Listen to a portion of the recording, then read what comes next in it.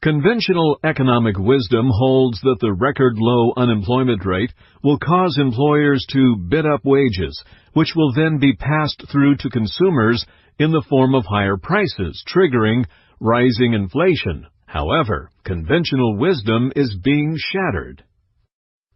Just as civilization came to understand that the world is not flat, the world just recently realized that the framework for understanding the relationship between inflation and employment, the Phillips curve, was wrong. While civilization generally progresses at a glacial speed, this is a breakthrough in the world's understanding of economics, and it has modern world consequences. William Phillips, a professor of economics at the London School of Economics in the 1950s, explained the inverse relationship between unemployment and wages in 1958. When the economy grows, the unemployment rate declines, driving wages and spurring higher inflation.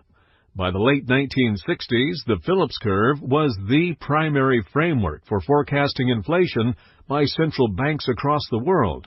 Now, however, in a departure from conventional economic wisdom, the Phillips curve is being rethought by the U.S. Federal Reserve.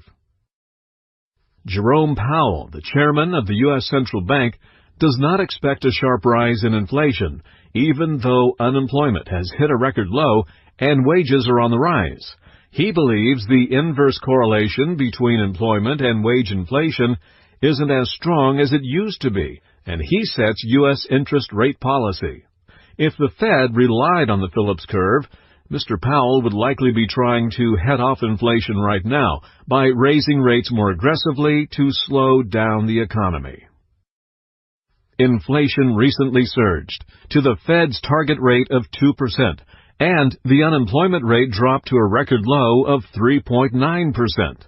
In addition, the index of leading economic indicators, a forward-looking composite measuring growth literally 10 ways monthly, rose again in April, continuing an uptrend and suggesting solid growth continuing through the second half of 2018. Mr. Powell, who became Fed chair in February 2018, has moved decisively in defiance of conventional wisdom, highlighting humanity's improved understanding of financial economics. This chart from independent economist Fritz Meyer, whose research we license to share with you regularly, shows the inverse relationship of inflation and employment since 1960. If the Phillips curve were an accurate forecasting tool, each of the black dots would line up on top of the red line. When Professor Phillips came up with his theory in 1958, it was prophetic, but a half-century later we know so much more. We're here to help you plan your future based on facts, analysis, and humanity's growing understanding of financial economics.